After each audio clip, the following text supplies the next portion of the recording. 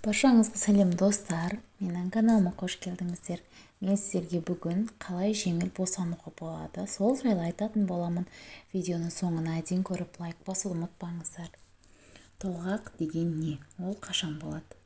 Толғақ дегеніміз белгілі бір уақыт аралығында қайталанып отыратын жатырдың жиырылу процесі. Толғақ табиғи құбылыс, босанудың басталғандығын білдіреді. Толғақ кезінде іштің төменгі жағында немесе бел аймағында созылмалы ауырсынулар болады. Олар алғашқыда әлсіз, жиіліктері 10-12 минутты, ұзақтығы бірнеше секундты құрайды. Кей жағдайларда жиіліктері 1-5-6 минуттан басталады. Уақыт өткен сайын толғақтың ауырту күші артып, жиілігі бірнеше минутқа дейін азаяды. Ұзақтығы артады. Толғақтың басталғандығын босану мерзімінің таяп қалуынан, ауырсынулардың периодты түрде қайталанып отыруынан, қынаптың қоңырлау түсті қан аралас шырыштың бөлінуінен білуге болады. Шырышты бөліну жатыр мойын бекітіп тұрған тығын болып табылады. Толғақтың өтірік түрі де бола ма?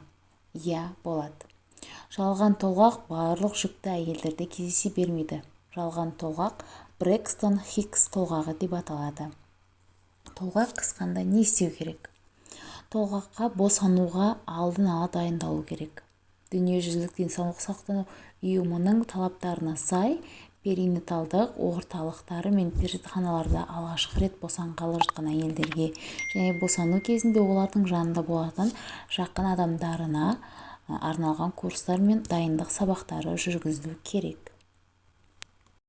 Сонымен толғақ қысқанда мынадай әрекеттерді істеу керек.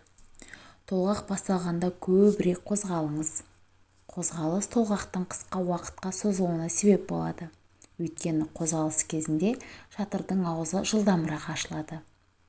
Өзіңізге қолайлы қалыпта отырыңыз, немесе жатыңыз. Толғатулар арасында тынығып алыңыз, немесе тыныш күйде болыңыз. Жаныңызда көмектесетін адамдар болса, жылы сулы ванна қабылдаңыз. 10 минуттан көпке созылмасын. Омыртқаның құйымшақ тұсына массаж жасау арқылы толғақ барысындағы ауырсынуларды жеңілдетуге болады. Толғатудан алдын ала қорқып жүрудің салдары толғақ кезінде қосымша ауырсынулар мен ауырсынулардың ұзақ болуын тудыруы мүмкін.